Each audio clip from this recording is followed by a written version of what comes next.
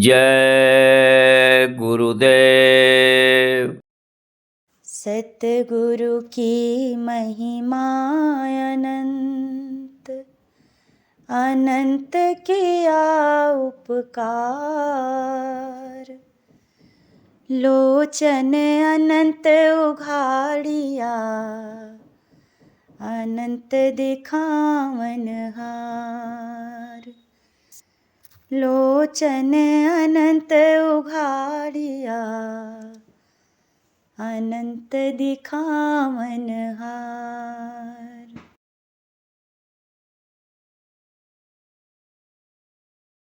जग में गुरु समान नहीं दाता, जग में गुरु समान नहीं दाता। वस्तु अगोचर दई मेरे सतगुरु, वस्तु अगोचर दई मेरे सतगुरु। भली बताई बाता, भली बताई बाता। जग में गुरु समान नहीं दाता, जग में गुरु समान नहीं दाता। काम क्रोध कैद करी राखे, काम क्रोध कैद करी राखे। लोभ को लीन होना था, लोभ को लीन होना था। जग में गुरु समान नहीं दाता, जग में गुरु समान नहीं दाता।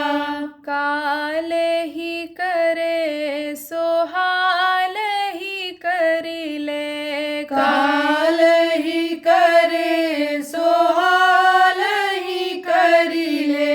फेरी मिले ना यह साथा, फेरी मिले ना यह साथा। जग में गुरु समान नहीं दाता, जग में गुरु समान नहीं दाता। 84 में जाए गिरोगे, 84 में जाए गिरोगे। भुगतो दिन और आता, भुगतो दिन और आता। जग में गुरु समान नहीं दाता, जग में गुरु समान नहीं दाता। शब्द पुकार पुकार कहत है, शब्द पुकार पुकार कहत है।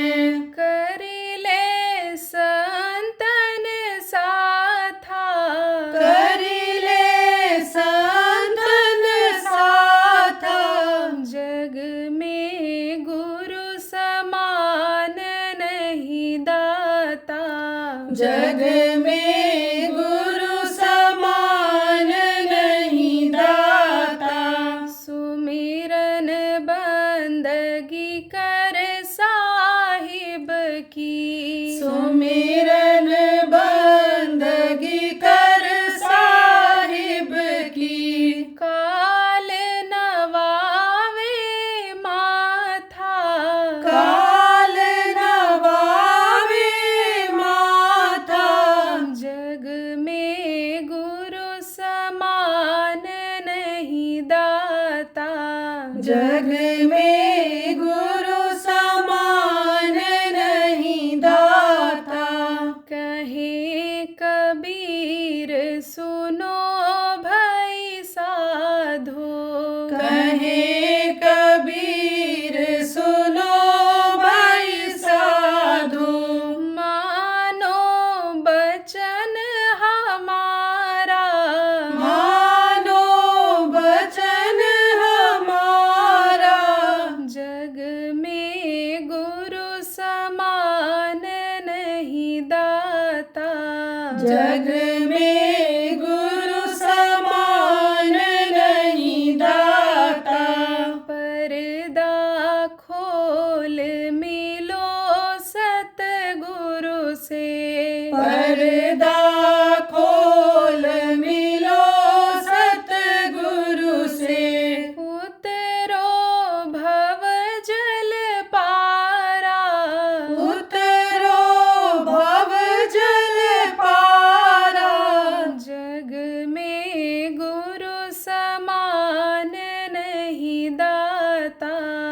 जग में गुरु समान नहीं दाता, जग में गुरु समान नहीं दाता।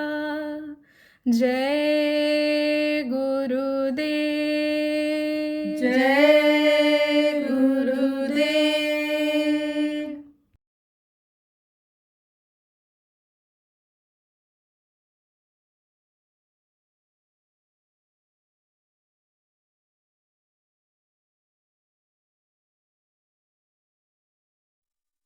सुर नर मुनि योगी जति सबे काल बस होई। वैद्य के पास क्यों जाते हो कि हमारी जान बचा लेंगे, और नहीं तो हमको रोग हो गया है, हम बचेंगे नहीं। जान बचाने के लिए उनके पास जाते हो, लेकिन उनको भी जान गंवानी पड़ती है। जब उनके श्वास की पूंजी खत्म हो जाती है तो पलटू महात्मा थे। पलटू ने कहा, अमर तो इस दुनिया संसार में कोई है ही नहीं, इस धरती पर तो अमर कोई है ही नहीं। बस चाहे धर्मंतरी बज रहे हों, चले गए।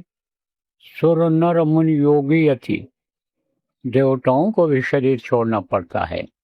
जब उनका समय पूरा हो जाता है, उनका भी समय निश्चित होता है, तो उनका भी चोला बदलता है, उनका भी लिंग शरीर बदलता है।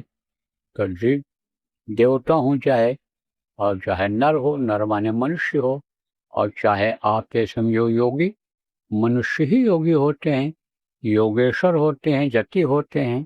तो इनको सबको मनुष्य शरीर छोड़ना पड़ता है। सबे काल बस होय। काल भगवान जिनको कहते हैं, जिन्होंने दुनिया संसार को बनाया है, इस मनुष्य शरीर को बनाया है, वो इसको जब चाहते हैं खाली करा लेते हैं। पर ये बात आप समझो प्रेमियों कि मौत को हमेशा याद रखना चाहिए। पता नहीं कब आ जाए। अगर मौत को याद रखोगे तो आपको गुरु के वचन याद रहेंगे, गुरु महाराज के वचन याद रहेंगे कि भाई मनुष्य शरीर तुमको भजन के लिए मिला है। यह मनुष्य शरीर यह मंदिर है, इसी में भगवान का दर्शन होता है, इसमें सुख समृद्धि सब भरी हुई है, इसमें सारे तरह के अन्य रंग बिरंगी चीज़ें, खुशहाली जिसको कहते हैं, वो भरा हुआ है। आप ये समझो इसी में पांचों नौबत बाजी थी, हो छठी सौरार अजा मंदिर खाली पड़ा बैठन लागे कार, इसी में यानी पांचों नौबत बज रही है, 3600 राग हो रहा है। ये उसको सुनने के लिए यह मनुष्य शरीर मिला है, ये योग साधना करने के लिए मनुष्य शरीर मिला है। भोग में खा पी करके और जिंदगी बर्बाद करने के लिए समय नहीं मिला। तो गुरु महाराज के वचन याद रहेंगे। नहीं, वचनों को जब हम भूल जाते हैं तो गुरु महाराज जैसे समर्थ गुरु मिल गए हमको आपको, और उन्होंने नामदान दे दिया, और उनको भूल जाते हैं, उनके वचनों को भूल जाते हैं, तो नाम की कमाई नहीं कर पाते, सुमिरन ध्यान भजन नहीं कर पाते हैं, दीनता नहीं आती है, अहंकार आ जाता है। और करा कराया सब गया जब आए अहंकार। अहंकार जब रहता है आदमी को, तो अहंकार से गुरु दूर रहते हैं, प्रभु दूर रहते हैं। अहंकारी से हर आदमी दूर रहना चाहता है कि पता नहीं इस धन के अहंकार में, बल ताकत के अहंकार में, पद प्रतिष्ठा के अहंकार में कब हमारे ऊपर हमला कर दे, कब हमको नीचा दिखा दे, कब हमको मरवा कटवा दे, बचना ही चाहता है। जो समझदार आदमी होते हैं, पढ़े लिखे बुद्धिमान और अनुभवी होते हैं, अहंकारियों से थोड़ा बच के ही रहते हैं। तो प्रभु गुरु दूर रहते हैं अहंकारियों से। तो कहा कि अहंकार को खत्म करना चाहिए। अहंकार को संतों की भाषा में संतों ने क्या कहा है? शीश उतारे भूमि धरे, चापर रखे पाँव, दास कबीरा यूं कहे, ऐसा हो तब आऊं। यानी दास कबीर ने कहा, क्या कहा कहा कि शीश उतारे भुज धरे, यानी अहंकार को जमीन में रख दो। अहंकार सिर पर न सवार रहे, जमीन में रखो और उस पर पांव रख दो कि वह दब जाए उसी जमीन में, उसी में यानी मिल जाए वो। और फिर ऐसा जब हो तब हमारे पास आओ, तब हमारे पास आओ।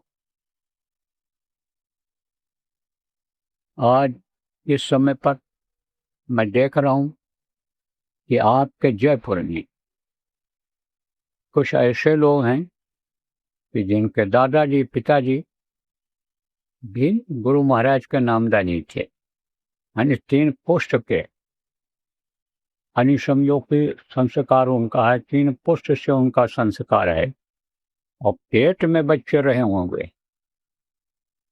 तभी माँ लेकर के गुरु महाराज के पास गई और संस्कार बना। किस चीज का संस्कार बना? धर्म का संस्कार, कर्म का संस्कार। धार्मिक तो हो आप, कौन धार्मिक है? असला धार्मिक वही है जो भजन करता है, जो गुरु के आदेश का पालन करता है, सेवा करता है, संगत में लगा रहता है। और कर्म का संस्कार बना कि कर्म खराब न होने पाए, अच्छे बुरे, यानी कर्म की पहचान होती है। कर्म का संस्कार जब पड़ता है तो बुरे संस्कार, बुरे कर्म नहीं होते हैं शरीर से, संस्कार पड़ा। लेकिन अब साथ अन्य लोगों का ऐसा हो गया कि जो पक्का दुनियादार हैं उन्हीं के बीच में रहना हो गया। पक्का दुनियादार हैं, कुछ लोगों का खान पान में भी फर्क पड़ा, चाल चलन में भी फर्क पड़ा, कुछ लोगों के अंदर लोभ लालच ज़्यादा बढ़ गई। आप ये समझो वो संस्कार दब गया। और ये लोगों के साथ रहने का जो संस्कार था वो उभर करके आ गया। कुछ ऐसे भी हैं जो शाकाहारी हैं, नशा मुक्त हैं, गुरु पर भरोसा विश्वास रखते हैं, जो अन्य हो सकता है सेवा भी करते हैं, लेकिन फिर भी उनको लोभ लालच और अहंकार है। और जब वो अहंकार जाएगा तब इस धरती पर, इस जमीन में बैठ पाएंगे। नहीं तो धन का अहंकार, बड़े आदमियों का अहंकार अगर रहेगा तब सबके साथ कैसे आपके साथ बैठ करके भजन कर पाएंगे? कहेंगे हम तो यानी रूम फ्रेशनर डालते हैं, रूम में खुशबू आती है बिस्तर पर तब सोते हैं। और ये तो अन्य समझो कि गरीब हैं, ये बेचारे रोज कपड़ा भी नहीं बदल पाते हैं, इनसे कपड़े से पसीने की बदबू आती है, इनके बगल हम कैसे बैठें? तो वो नहीं बैठ पाते हैं, नहीं बैठ पाएंगे। वो तो कहते हैं हम हमेशा सोफा पर बैठते हैं, हमको तो बड़े बड़े सेठ बैठाते हैं, अधिकारी कुर्सी देते हैं, मंत्री मिनिस्टर कुर्सी देते हैं। तो अहंकार है। अहंकार जब तक नहीं जाएगा तब तक आप ये समझो कि भजन नहीं हो पाएगा, असला काम नहीं हो पाएगा। तो कबीर साहब ने कहा अहंकार को तुम रख दो। देखो, एक था इब्राहिम आदम बादशाह। तो बादशाह संस्कारी होते हैं। आपको सत्संगों में बताया गया कि जो बुरे कर्म करता है, शरीर से पाप करता है, उसको नरक जाना पड़ता है, मार खानी पड़ती है, तरह तरह की यातनाएं भुगतनी पड़ती हैं, नाना प्रकार का कष्ट होता है। लेकिन जो अच्छा कर्म करते हैं, मनुष्य शरीर में रह करके अच्छा अनुसंध कर्म करते हैं, उनको स्वर्ग और वैकुंठ में जगह मिलती है। जहाँ देवता रहते हैं वहाँ जगह मिलती है। वैकुंठ में जहाँ विष्णु भगवान रहते हैं वहाँ जगह मिल जाती है। वो भी लोक हैं, जैसे ये लोक है यहाँ पर हम आप रहते हैं, बहुत जीव हैं यहाँ पर, ऐसे वहाँ भी बहुत आत्माएं हैं। तो वहाँ उनको स्थान मिल जाता है, जगह मिल जाता है। जैसे ये भारत देश है, अमेरिका है और लंदन है, फ्रांस है, ये जो देश हैं आप ये समझो उनमें भी आदमी रहते हैं, जैसे यहाँ रहते हैं ऐसे वहाँ भी रहते हैं। अब ये जरूर है कि रहन सहन अलग अलग होता है।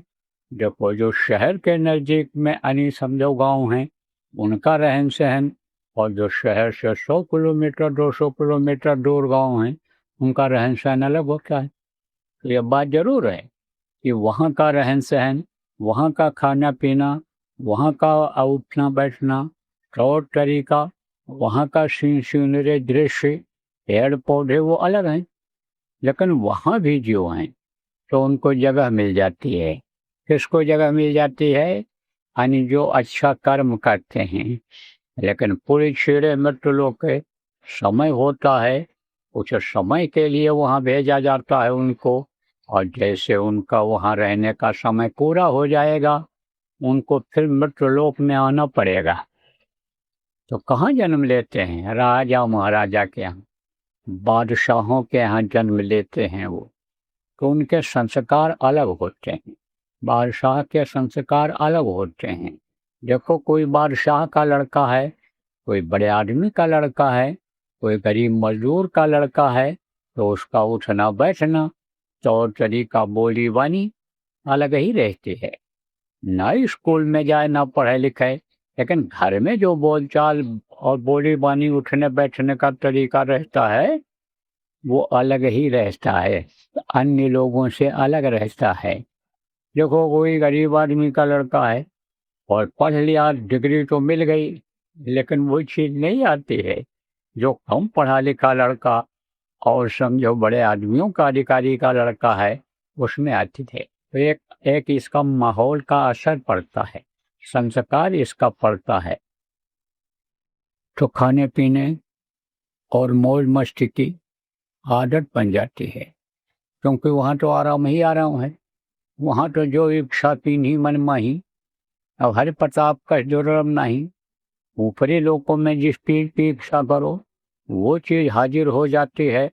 ऐसा भोजन अगर खाना चाहो यहाँ जैसा, तो वो भी मिल जाएगा, उसका भी स्वाद ले लो। लेकिन वहाँ पहुँचने के बाद इच्छा खत्म हो जाती है। वहाँ तो कुछ नहीं, वो तो आनंद में मस्त हो जाता है। वहाँ के आप ये समझो कि जैसे कोई रामलीला रासलीला हो रही हो, कोई सत्संग हो रहा हो जिसमें जीव आकर्षित हो जाए, बातों को सुनने लग जाए, तब याद रहता है? नाश्ता पानी खाना वा नहीं याद रहता है, उसी में लय हो जाता है।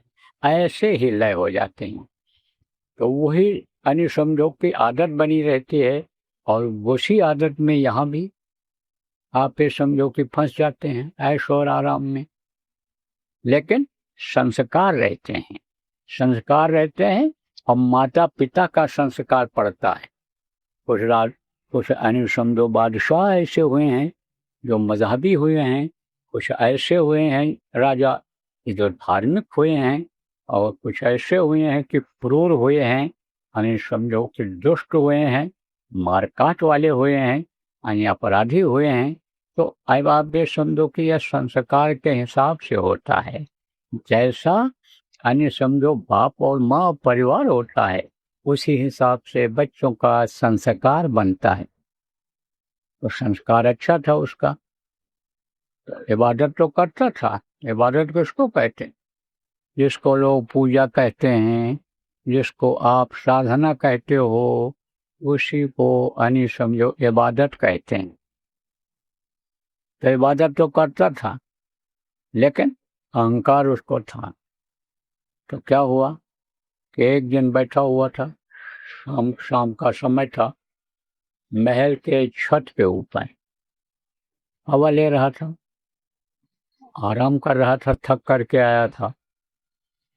तो जब अंधेरा होने लगा तो उसको एक परछाई दिखाई पड़ी, आदमी जैसा उसको दिखाई पड़ा, लंबा तरंगा। तो आवाज लगाया, कौन है? वो कहा खिजिर। खिजिर किसको कहते हैं? बोले भटके को जो रास्ता बताता है उसको खिजिर कहते हैं। तो कहा तो खिजिर तुम क्या खोज रहे हो? वो खोज रहा था, इसे इधर उधर देख रहा था।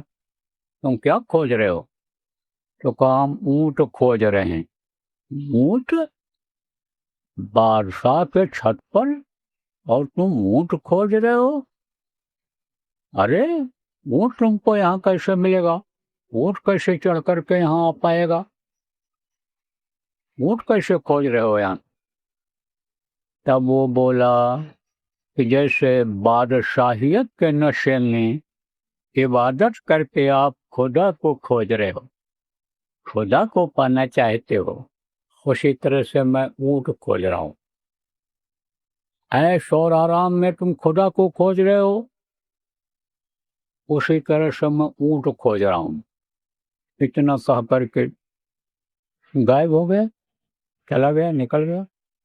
अब बादशाह सोचता रहा कि भाई, महात्माओं ने कहा है कि त्याग में सुख है, भोग में नहीं है, योग में सुख है, भोग में नहीं है, तो त्याग करना चाहिए, त्याग करना चाहिए। तन को जारो मन को मारो, कहा संतों ने, महात्माओं ने। तन को जारो मन को मारो, इंद्रिय को सुख, इंद्रिय सुख भोग बिसारो, तब मिलेगा, इतना आसानी से मिल जाएगा। कहा तो है। अब सोचने लगा, विचार करने लगा। कोई कोई बात देखो मिल जाती है सत्संगों में। सत्संग कहा जाता है इसीलिए सुना करना चाहिए कि जैसे आदमी के अंदर चैतन्यता आ जाती है, ज्ञान हो जाता है और बात समझ में आ गई, उसको पकड़ लेता है और उनसी बातों के आधार पर अपनी रहनी करनी बना लेता है, तो उसका काम हो जाता है। सोचने लगा, रात में बहुत देर तक सोचता रहा, फिर सुबह उठा तो सोचता रहा, तो गमगीन हालत में ही, यानी जैसे दुखी कोई रहता है, चिंता में रहता है, ऐसे वो अपने वहाँ दफ्तर में गया, जहाँ उसका दरबार लगता था, काम काज वहीं देखता था अपना। तो जब अपने दफ्तर में गया, ऑफिस में गया वहाँ, तो वहाँ मंत्री लोग थे, जैसे यहाँ अधिकारी कोई आता है तो पी और क्लर्क रहते हैं, ऐसे वो मंत्री लोग थे वहाँ के कर्मचारी। तो देखे कि बादशाह कुछ यानी समझो गमगीन है, तो गम को खत्म करने के लिए, गम माने चिंता फिकर को खत्म करने के लिए बादशाहों के यहाँ विदूषक हुआ करते थे। विदूषक जिसको कहते हैं हंसाने वाला। देखो कुछ लोगों का स्वभाव होता है कि ऐसे बैठे हो चुपचाप ऐसी बात बोलेंगे कि हंस पड़ोगे। आप पे समझो कि अकबर बादशाह का यानी वजीर थे, बीरबल जिनका नाम था, उनके अंदर बहुत गुण थे, वो हंसा भी देते थे। एक बार बादशाह बहुत जो है गमगीन बैठा हुआ था और बहुत तरह से तारीफ करके लोग हंसा के यानी थक गए, हंसा नहीं। तब कहा, अरे हुमायूं का बाप क्यों नहीं हंसता है? बस इसी पर हंस पड़े हो, इसी पर हंस पड़े। तो अब ऐसे ही हंसाने वाले हुआ करते थे कि खुश हो जाएं, गम को भूल जाएं। देखो एक चीज और बतानी, किसी का बाप मर गया, किसी का पति मर गया, किसी का लड़का मर गया, कोई बीमार हो गया, तो जब जाना चाहिए शुभ चिंतक बन करके, तब उसको याद नहीं कराना चाहिए कि हाँ वो ऐसे थे और ऐसा हो गया, और आप तो विधवा हो गई और आपकी पत्नी मर गई, कौन देख रेख करेगा? भाई बड़ा मुश्किल हो जाता है जीवन। सब उसको और फिक्र होगी और चिंता होगी, और उसको कहो भूल जाओ, वो तो कर्मों की अदायगी के लिए पैदा हुआ था, लेना देना अल्लाह हो गया तुम्हारा, अब दुनिया संसार में कुछ नहीं रह गया, अब तो बस तुमको भगवान का भजन करना है, तो गम को भूल जाता है। ऐसे ही यानी समझो कि विदूषक लोग भुलवा देते थे, तो हंसाने लगे, वो भी हंसने लग गया, हंसी खुशी का माहौल था। तब तक वही लंबा टड़ंगा आदमी जो उसको वहाँ दिखाई पड़ा था, बोला था कि ये हूँ, वही दरबार में आ गया। उसको रोकने की कोई हिम्मत नहीं किया, इतना पर्सनालिटी वाला और तेज वाला वो था कि उसको रोकने की कोई कोशिश नहीं कर पाया। तो आया, आते ही सवाल किया, इस सराय में, सराय पे इसको कहते हैं धर्मशाला को, इस सराय में कौन रहता है?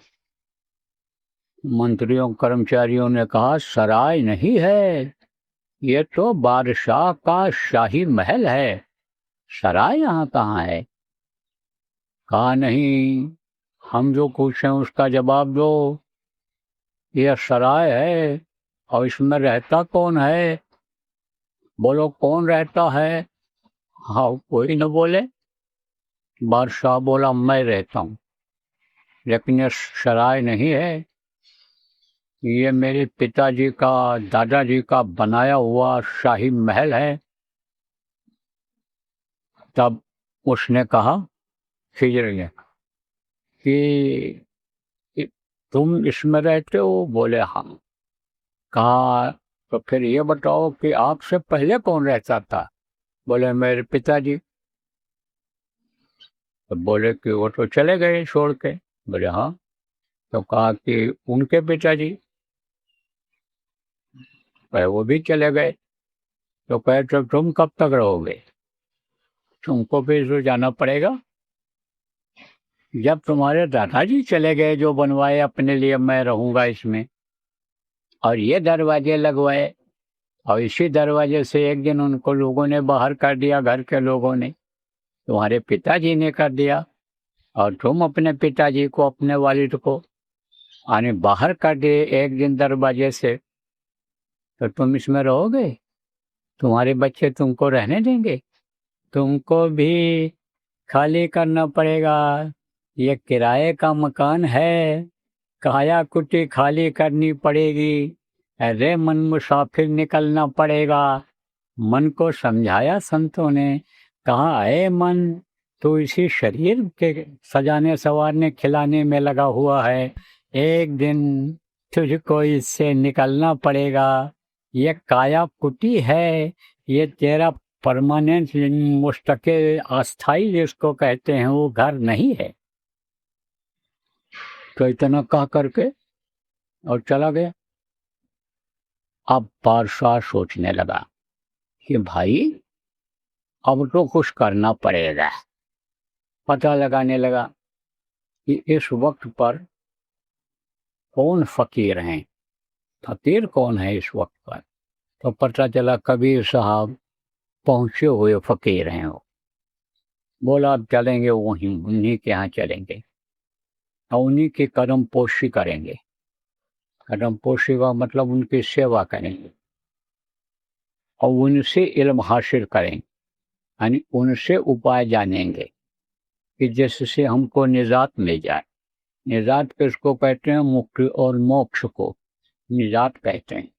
ये जीवात्मा जब तक अपने घर नहीं पहुंचती है तब तक इसको सही यानी मोक्ष नहीं मिलता है, मुक्ति नहीं मिलती है। जो स्वर्ग और वैकुंठ तक की ही जानकारी रखते हैं वो कहते हैं स्वर्ग पहुंच गए आत्मा, वैकुंठ पहुंच गई तो मुक्ति मिल गई। मुक्ति नहीं मिलती है, फिर वापस आना पड़ता है।